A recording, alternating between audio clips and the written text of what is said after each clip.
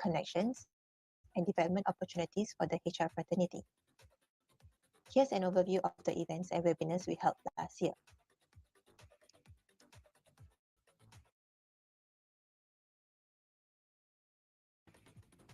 To make this session more enjoyable for everyone, we hope everyone will adhere to these simple ground rules. All attendees will be muted for better administration of the event. Kindly ensure that your mic remains muted throughout the session. Attendees may chat in the chat box and share questions in the Q&A section, which you can locate at the bottom of your screen or device. Chats are enabled throughout the webinar and questions will be addressed during the Q&A session after the speaker's sharing. And lastly, post-webinar resources will be sent to all attendees after the event by next week. Thank you, and let's have a great session. So yes, that was a short video from SHRI and also the ground rules for today. So thank you, everyone. So let's start this proper. All right. So today's webinar is the HR Dialogue Budget 2023 discussion, where we will be unpacking valuable insights into various measures included in the budget for upskilling and reskilling initiative to support SMEs and efforts to encourage innovation and digital transformation. There's plenty to explore. So these measures are critical for Singapore's future competitiveness, and it's important for HR professionals to understand their impact. We have invited a few honored panelists to share some insights to discuss about the Singapore budget, about its impact towards HR professionalism. So without further ado, let me welcome Patrick Tay, Assistant Secretary General of NTUC and Member of Parliament, as well as Mario Wong, a Business Consultant Leader, Spearing Executive Private Limited, as well as SHRI's own advisor, Alvin Goh, to moderate this session. Alvin, please. Great, thanks, Jana. Afternoon, Patrick. Afternoon, Mario. Welcome to another webinar itself, and also welcome to the audience itself. I still remember, right, on the 14th of February when DPM himself actually, broadcast the SG Budget 23 speech itself. Some of us call it the Valentine's Day budget because it was done on the 14th of February itself. And I remember two very distinct themes he talked about, right? One was really about continuing to uplift the wages of those at the lower end of the income distribution, and also sustaining real income growth for workers in the broad middle. And the second one really hit home for a lot of HR folks is that to really support workers, especially those who are displaced, with a better system of reskilling, upskilling, so that they can be retrained and placed into new jobs, and also bounce back into the corporate environment as well. So this afternoon, without further ado, I want to kickstart, the first question itself, and I'm sure the audience itself are looking towards that itself. Patrick, Mario, from your opinion itself, right, how can HR professionals leverage the initiatives in the budget 2023, right, especially to enhance workforce diversity and inclusion efforts? Because we know that D&I is something that is very, very, very focused and pinpointed in today's environment as well, right? And I'll come to that later also about the fair consideration framework. So Patrick, on that note, I would like to shoot it off to you first. What can HR professionals leverage in terms from the budget 2023 that DPM Wong has actually talked about? Yeah. Thanks, Alvin. And a very good afternoon, everyone, for tuning in. Yeah, I'm sure many of you have heard the series announcements at Budget 2023, not just in 14th February, but lots of other announcements as we did the Committee of Supply for the following almost 8 days after the budget debate. And you've heard the various ministries. I think of particular note to everyone, particularly in the HR profession, look out for those, especially in the Ministry of Education and particularly the Ministry of Manpower. There's quite heavy discussions. I've been involved in some of them and also filed a few cuts to speak on some topics. But I think overall the budget, I felt personally, I thought it was quite all-encompassing. We try to cover almost all areas. And if you notice, there's a particular focus on the diversity and inclusion. I think D&I in short, as Alvin alluded to earlier. Why do I say that? Because our demographic profile in Singapore is changing quite a bit. changing quite a bit. What are the several changes? Firstly, we have an aging population and consequently an aging workforce. So there's some announcements. We can go to the details later, but I thought there are various segments that of workers or of the workforce that have been impacted. Of course, firstly, from a workforce perspective, the aging workforce, so the matured older workers, particular emphasis on the low-wage workers. I think Alvin alluded to that, and that's one big portion. And interestingly, this round, there's quite specific mention of other segments of workers. I would say, of course, working mothers is one of them, but otherwise, two other segments, ex-offenders, as well as those who are disabled. So actually, these two are MOM during the Committee of Supply actually announced some additional subvention and assistance to encourage companies and HRs, practitioners to in fact capitalize on those two additional subventions to hire workers. Why is this important? Because I think currently, of course, on Monday we just released the first couple of months labor market figures. Today, unemployment is about 1.92% for overall. If you include resident and the citizenry, is about 2.93%. So that's relatively positive. We are in fact better, not as good as prior to COVID. And it's a very tight labor market situation. We have many jobs, but not enough people to fill those jobs. So I think it's quite uneven. Some sectors are, I look after manufacturing electronics. There's a bit of a headwinds there. But otherwise, in most sectors, there's a very tight labor market. And therefore, all these subventions and subsidies are to help encourage each and every one of you, and as you hire, whether it's matured workers, older workers, all workers, there is support systems. So they're actually quite a long buffet list of and plethora of things. But I just wanted to mention that it's good for you to be familiarized with some of these additional funding to help you in that journey. I see there's many of you, almost 200 of you attending this, and you come from a range of companies, big, small, not so small, even maybe some of you are freelance and self-employed. At the same time, also in different sectors. So overall, all these schemes will benefit the big and the small companies and the micro, even freelance and self-employed. Why do I say that? If you notice, earlier on I mentioned about some of the workforce or worker-specific assistance schemes. Maybe Mario later can augment them. But more importantly, there's also schemes to help employers as well and businesses. So I think there's a big focus, if you notice, on SMEs, because we want to help SMEs to innovate, to grow, to invest in technology, and to digitalize and robotize and automate, and to be more productive. Because we already have that many workers, and therefore we need to leverage on technology to augment the workforce and to be even more efficient and effective. But over and above that, training still top of the agenda. If you notice, besides all those subventions to encourage you to hire, the training budget is a big budget. In Singapore, we're quite fortunate, in a very, very fortunate position.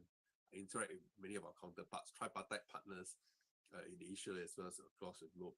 They are always very marveled by how come Singapore has so much resources to support training and skills upgrading. So in Singapore, we have a luxurious position where funding for training is pretty generous at the individual initiated level as well as the employer supported level, and as well as industry supported levels, depending on which sector you are in. For example, financial sector, it has also its own development funds to help some of you who are in the financial sector. So sector by sector, and nationally, and also individually, and even at the company level, the union movement where I'm from, NTUC, we are also supporting companies, and of course, if we are unionized companies, we are actually partnering to form company training committees to dish out support to upgrade, upskill, and make your workers even better workers.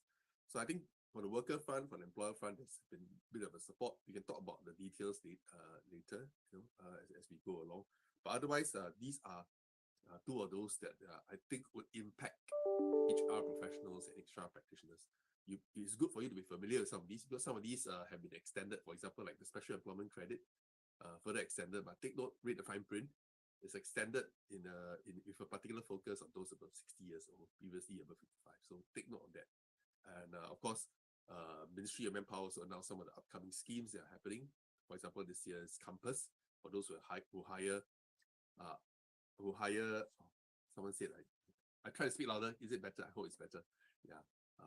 And to encourage all of you to, I really encourage all of you to take note of some of these policy changes that are going to take effect this year.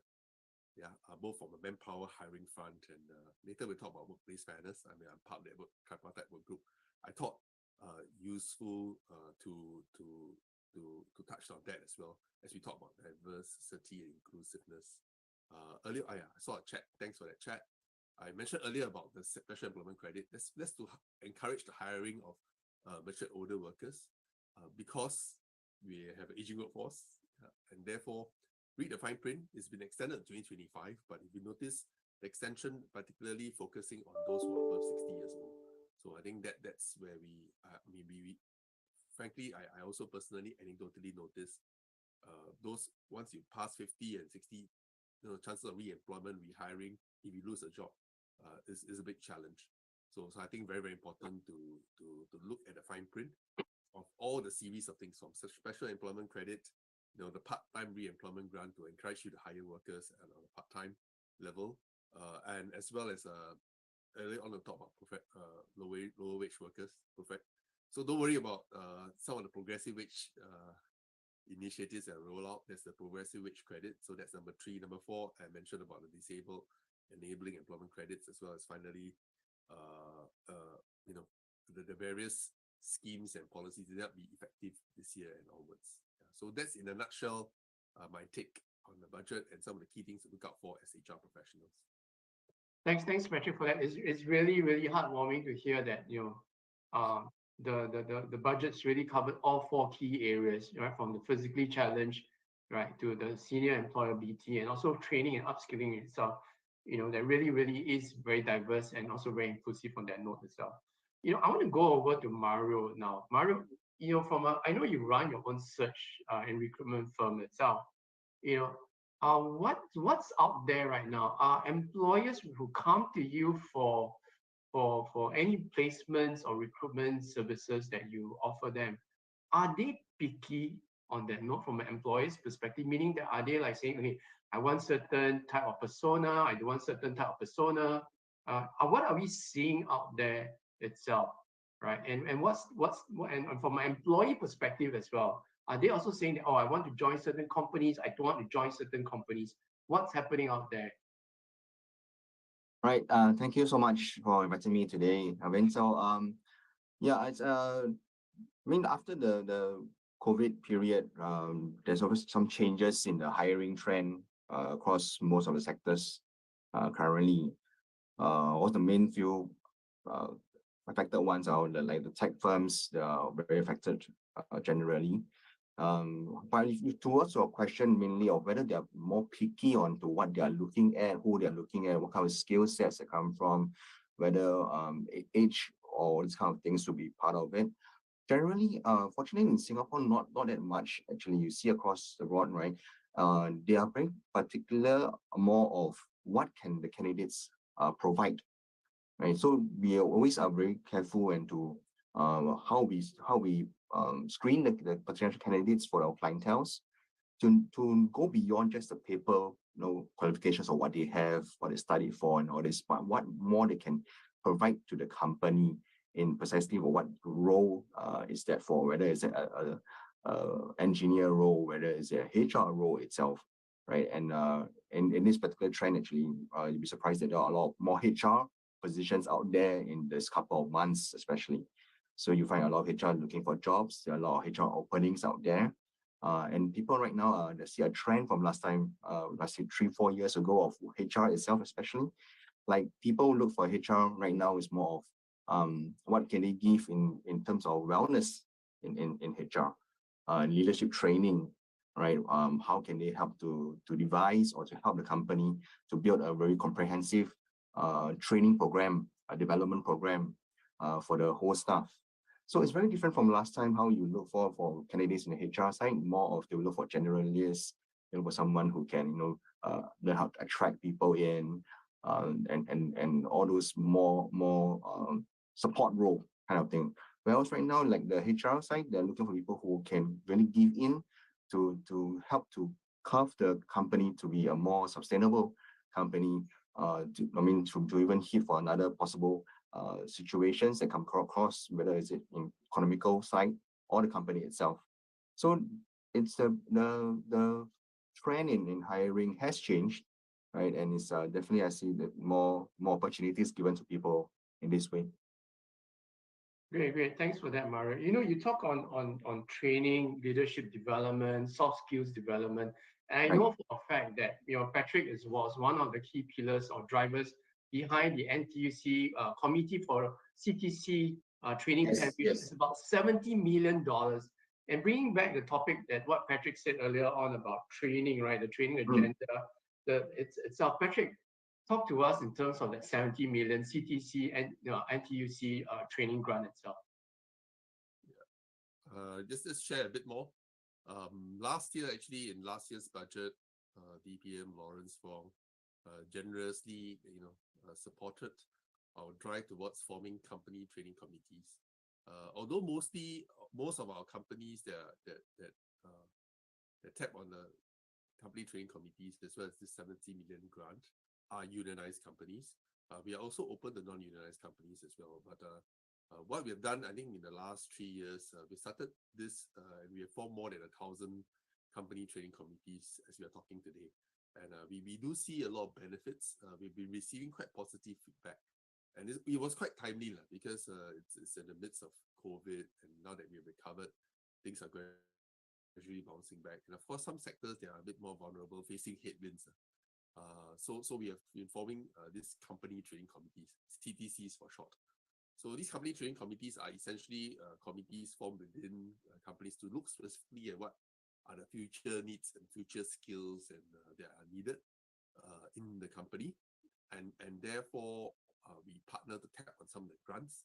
So we have our colleagues from E2I, Employment and Employability Institute, who actually will have account managers to support you, as well as your learning development. Depending how big our HR team is, it could be sometimes the COO himself looks after this space. Sometimes the L&D manager looks after this space. Sometimes the HR executive or business partner looks after this space. So it depends on who looks after the training space. They can touch base with my colleagues at E2I to see how best to tap on this company training committee grants. But I said the main thing is to make sure, coming from NTUC and the labor movement, our raison d'etre is to look after the well-being of the workers. And we also realize that to ensure the well-being of workers are looked after, we want the company to do well. At the same time, also our workers stay employable.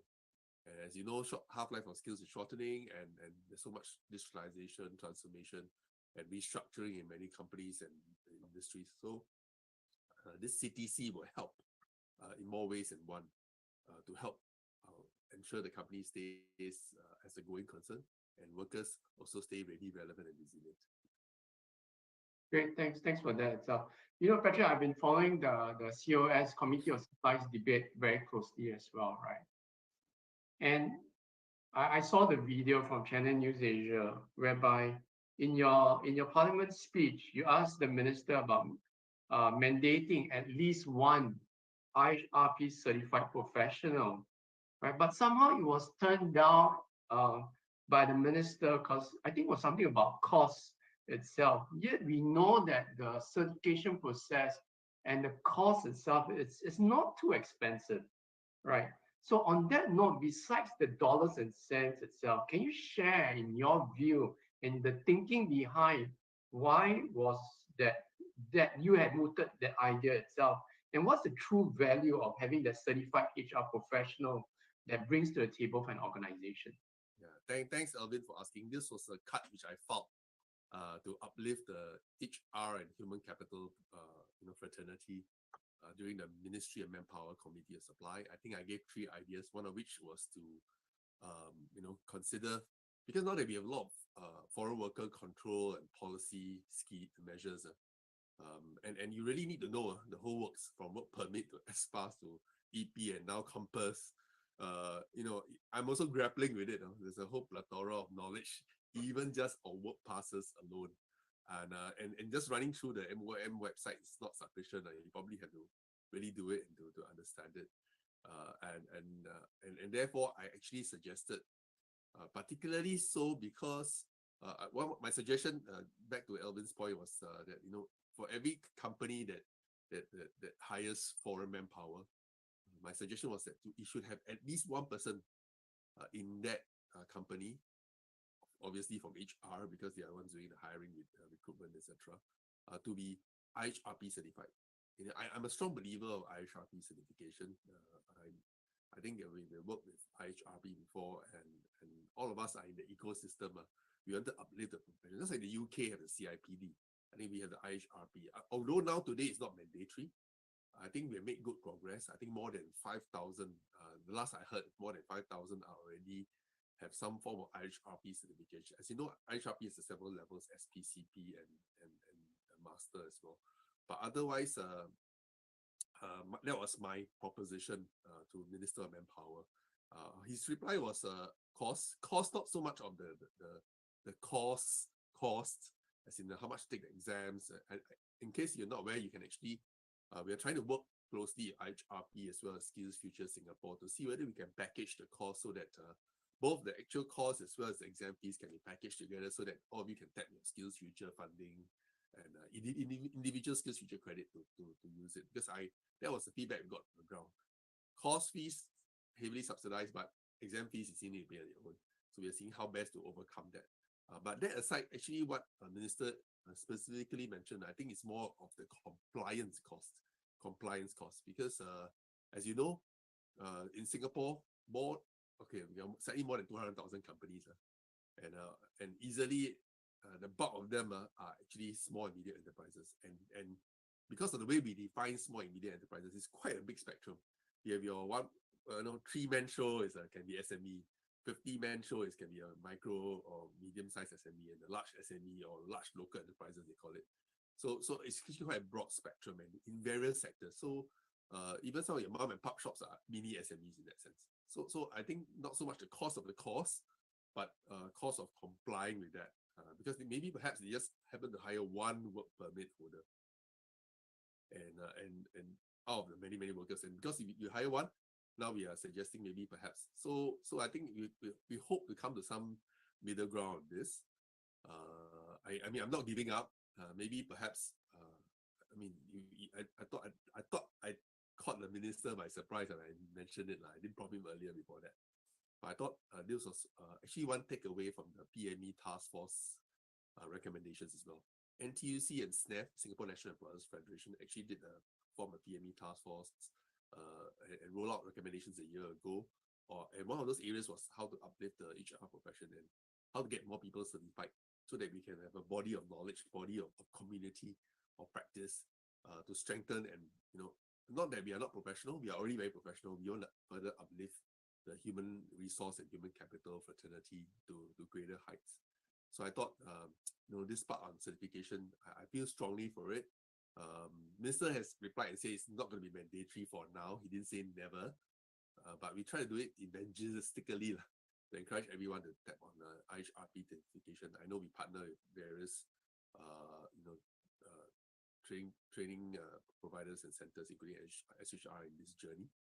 And we hope. My call to all of you is we hope you take on this certification because we want to imbue some of the useful stuff in our journey, from industrial relations, working with unions, to tripartism, to the upcoming workplace fairness pieces. We want to imbue that as part of the certification so that you all have at least a working knowledge. Yeah, but strategic intent is also to ensure that you adopt the fair, responsible, and progressive practices. Right. Thanks, Patrick, for that. On the note that Patrick has shared about the upskilling of HR professionals and all, and Mario, coming back to your earlier comment that you also do a lot of searches for, or rather, a lot of companies are also looking for HR professionals today itself. In your opinion, all right, thinking about the skill gaps and skills that our companies, be it SMEs or multinationals itself, from a HR professional, in your opinion and experience itself, what are some of the gaps that you have come across vis-a-vis what the employer wants and vis-a-vis what your experience from the candidates have you seen? What are some of the key gaps itself? Key gaps as in the lack of skill or lack of something that the client is looking at, right? Exactly. So well, in basis, right, for one important point that some candidates are lacking, mostly across the board for different roles, not exactly only for HR, but HR for engineering, whether for tech, for finance. One main thing I find that they are lacking of is on how to treat the work-wise, right? In a way that can give back to others in the company. So more of a mentorship role into the company. So like few of the roles that we have, just for example, last week we had three main roles of one HR, one engineer, and one IT role. Right, one part of the clientele was looking at these are three different companies.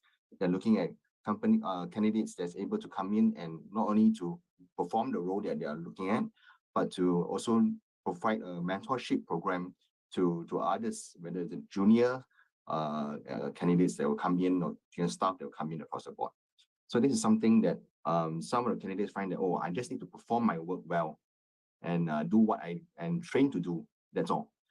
However, right now, a lot of companies find that if you come in, if you can guide, you can train, you can provide a value-added service to the company and to other staff in that department, it's something, a plus point, which a lot of the times they realize that they don't have to attract the site or to highlight the point of theirs.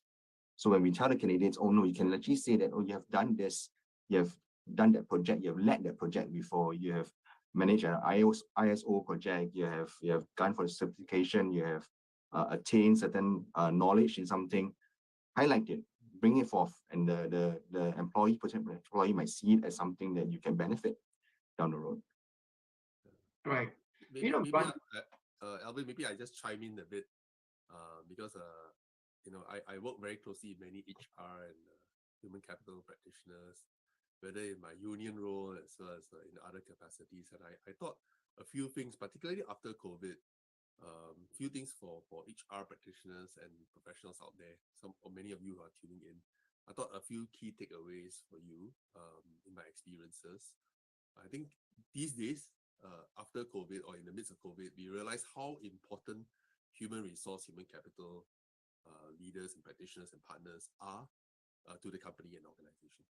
Before this, I remember we had before COVID, and we were like worried, now that with automation, AI, will it replace the HR community, and everything is done robotized and automated. But what we have seen in COVID has illuminated many to realize the important role of HR and human capital practitioners in the company and organization. So that's the good silver lining out of this whole 3 years.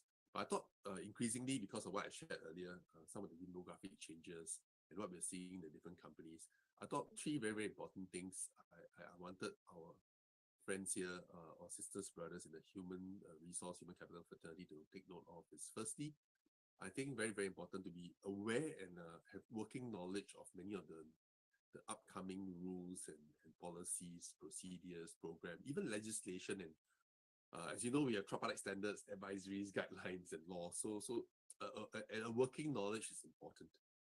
That's why I've been, keep reiterating on IHRP certification. But beyond that, keeping current with some of the advisories. As you notice, some of you have operated during COVID. Yeah, I know, because I'm one of the culprits behind many of the 5 rounds of advisories that you get because of the various interventions and various announcements by the multi-ministerial task force. So we should come out with tripartite advisory. So be aware of some of these that are coming up. Stay current, very, very important. Yeah, I think that's very correct. Yeah.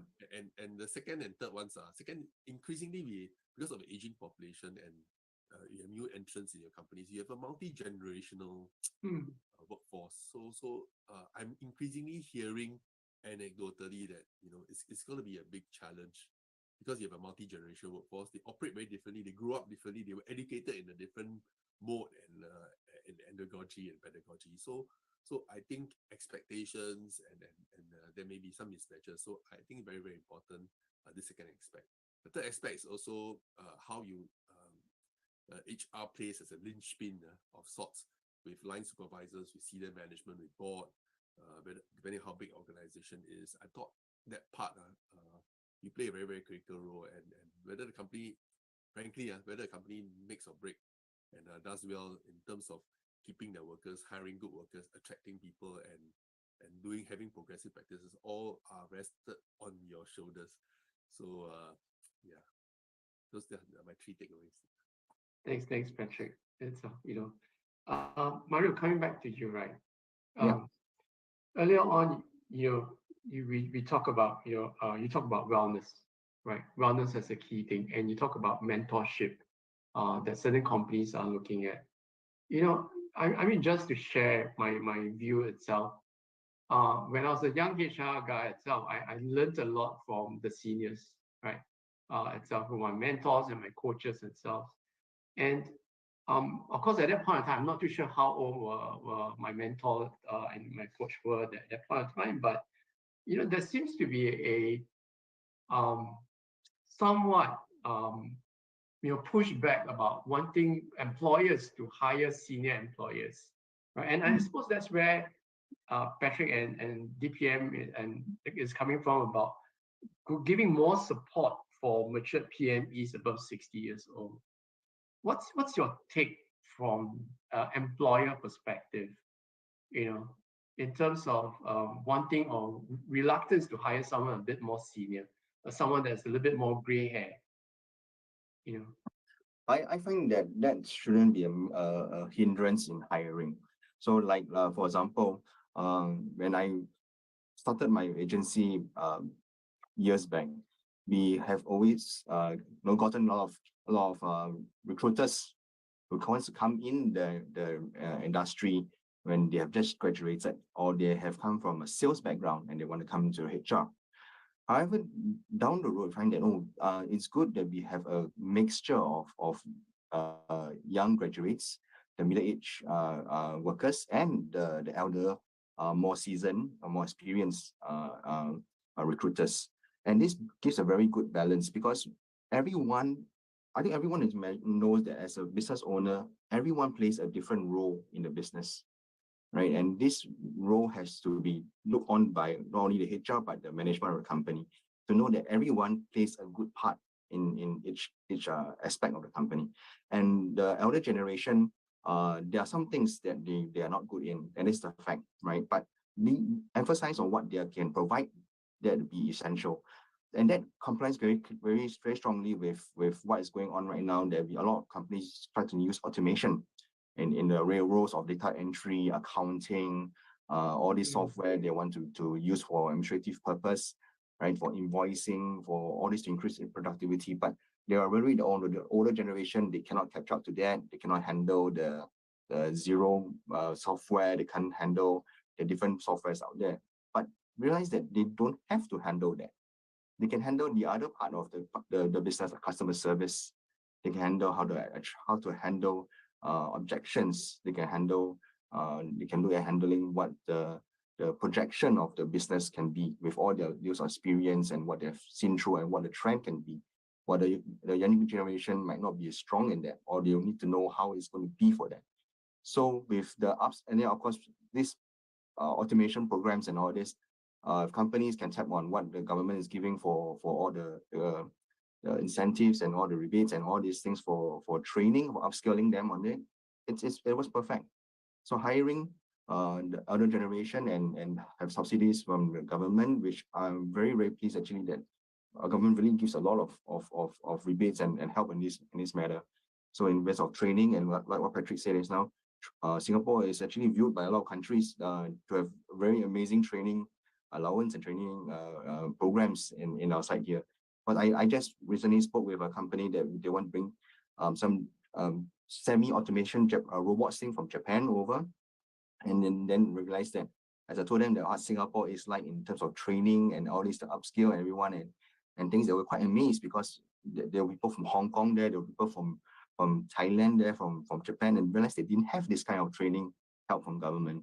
And to help to train our elderly, to get them upskilled to be able to handle the automation that comes up, I think that was very perfectly well actually in the recruitment side. Great, yeah. Patrick, I want to come back to you because you touch on a lot of key points about the silver generation. A couple of years ago, between NTUC and SNAP itself, was I believe that there was a recommendation on some shared service outfit to serve the SMEs itself, employing mature PMEs itself. Now, how's that been thus far? What's that report card look like today? What has it been replaced with? So we have in that recommendation, I said it's a recommendation. So at the end of the day, we need our SMEs to come on board because we also realized that, as I alluded to earlier, SMEs is a very broad spectrum of companies, from a few man show to a 20, 30 man show to a few hundred man show. So I think they come in different shapes and sizes in that sense, and different industries. So actually, one of the recommendations, just to allude back to what, for benefit of those who are not familiar, the NTUC SNAP PME Task Force report is available online. Sorry, I'm trying to speak to the mic. Okay, I hope it's clearer. Yeah. Alvin alluded to on this recommendation whether we can have shared services for HR for SMEs. This is something we felt strongly in that recommendations because we realize SMEs come in different sizes and they may not have the full-time HR support capability like some of the big companies or large multinationals enjoy, where they have big HR and human capital units and departments and teams. So one of the recommendations was whether we can band together SMEs in general, smaller ones who may not have the time to understand what are all these tripartite advisory standards and guidelines and laws and what have all these foreign worker work passes.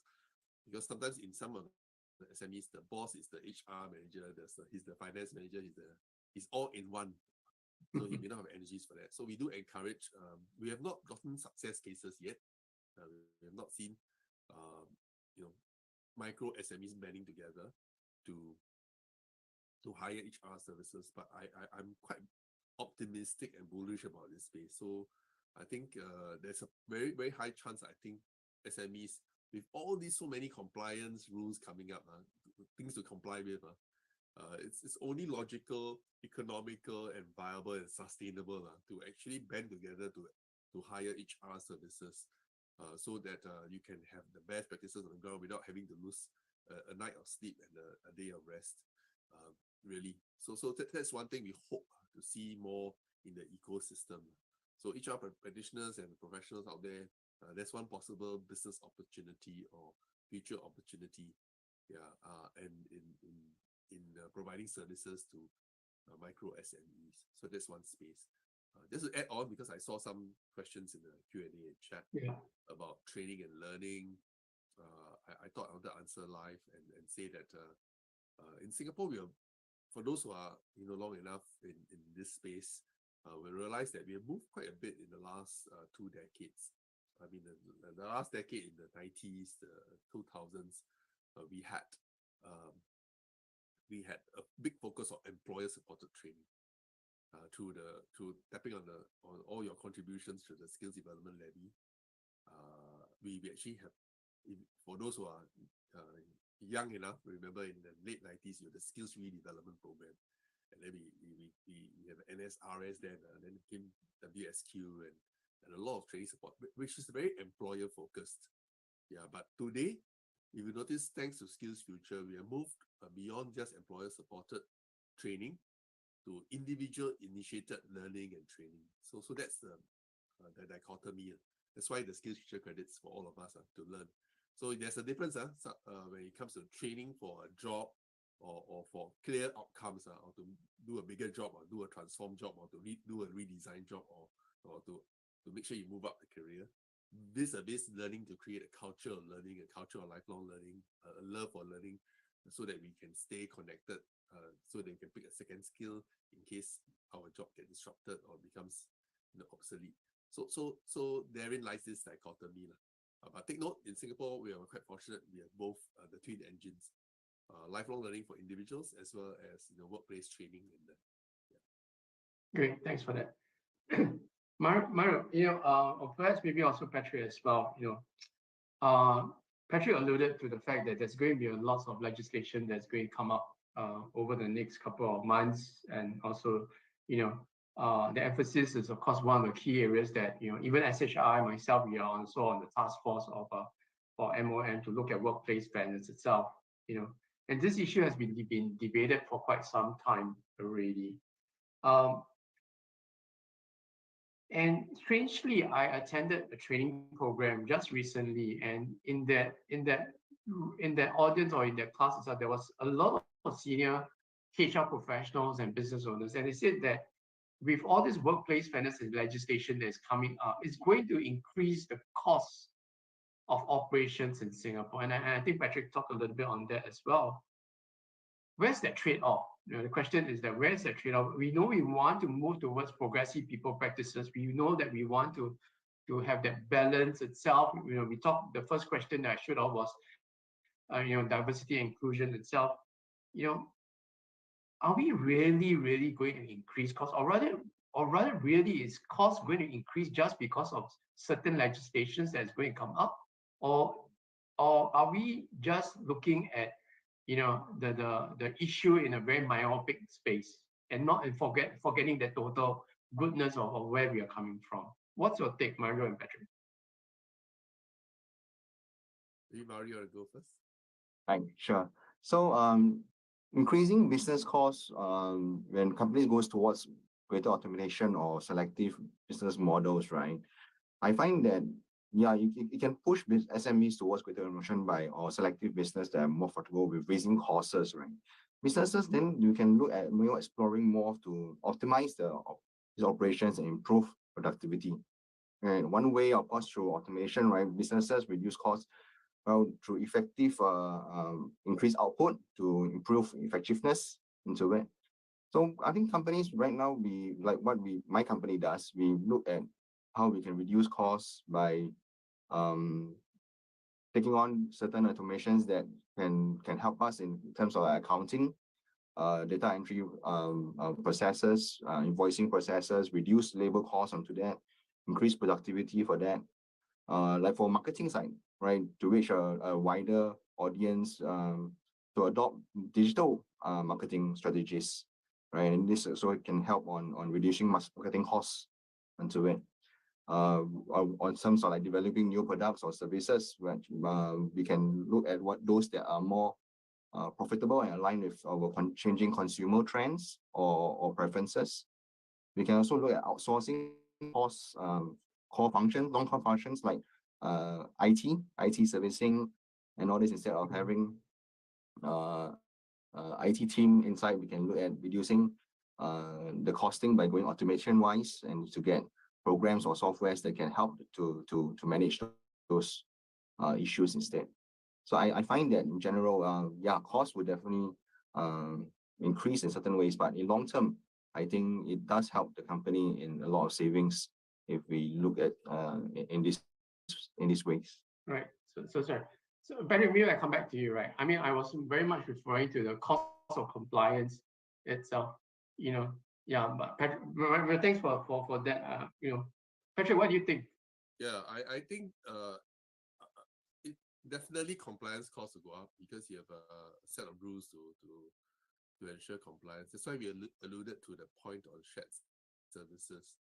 That may be a directional way to go. Instead of trying to hire an entire department of people just to handle this, perhaps maybe a shared services with content experts, with subject matter experts to better assist you will be the way to go, particularly for very, very small companies and businesses. Unfortunately, yes, there may be compliance costs, but if you notice in Singapore, many of the things that we do, whether it's advisory, standards, rules, regulations, we do it in a tripartite fashion, meaning that there's actually very, very close consultation. For NTUC, some of us, including myself, are represented when we represent the labour movement from the worker voice. Government, usually Ministry of Manpower, or depending on which ministry that particular policy is coming from, mostly from MOM. And of course, the Singapore National Employers Federation, as well as the various employer groups within the SNEF family, to be SME and even SPF as well. So I think we have very close discussions, especially before we roll out certain. So if you notice, there's always a running in time We usually announce it very early. There's a lot of consultations, and sometimes that's why when I always know, many of you ask, why is this rules a bit vague? Why is this laws not that clear? Why is there a bit of ambiguity here and there? It's intentional, yeah. It's intentional sometimes, particularly for our employment laws and rules in Singapore. For this particular reason, we want flexibility. Yeah, I mean, where we can, we try to give some flexibility, because we know companies come in different shapes and sizes and industries, so they have different variety of challenges. That's why later we can talk more about the workplace fairness piece. But otherwise, we also want our companies, as our in Singapore, to answer one of those questions on the chat, and also in tandem with this question, is that I think we have developed and grown as a country in more ways than one.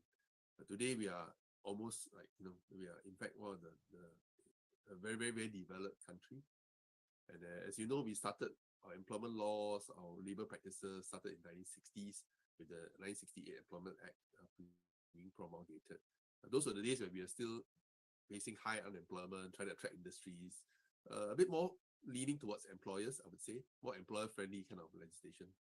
But I think as we develop, as we grow, as we have a more maturity in terms of our workforce, our HR, fraternity, I think now that we are developed status, I think our rules, our laws, our the practices on the ground, definitely will mature, will develop, and be even not just on par or fair, but we create a level playing field, as well as we want to be progressive. So therefore, all these are practices which are heavily consulted, heavily negotiated.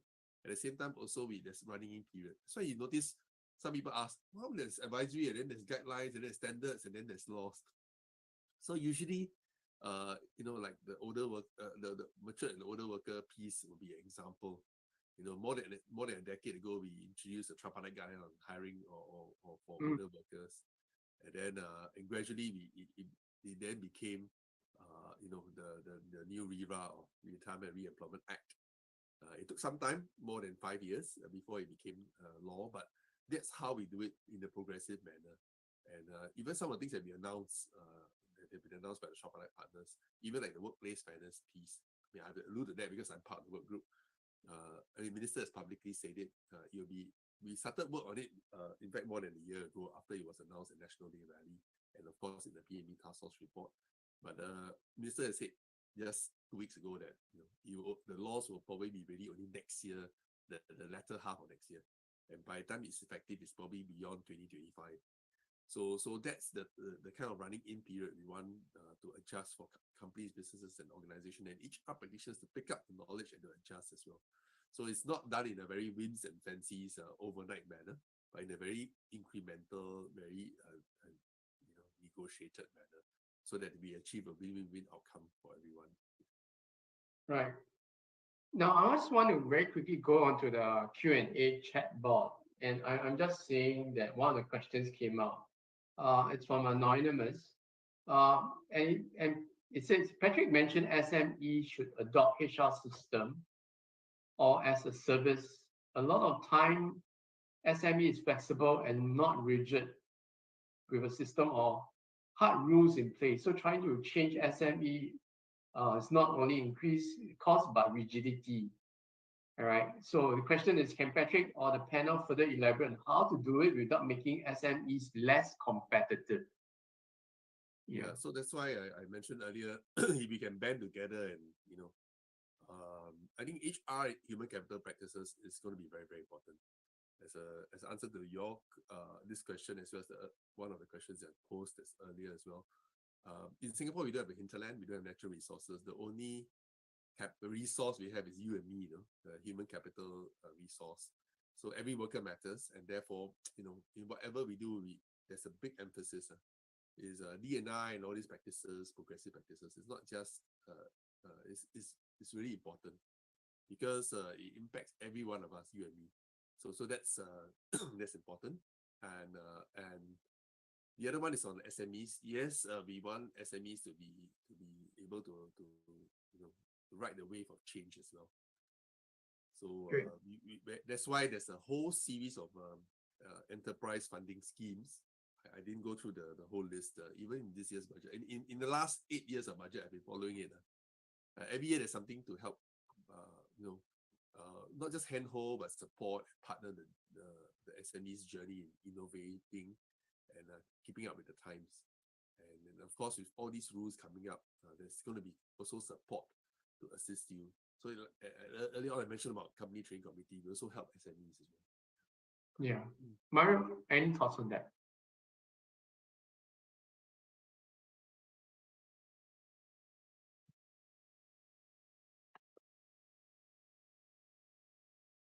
Yeah, Mario, you're muted.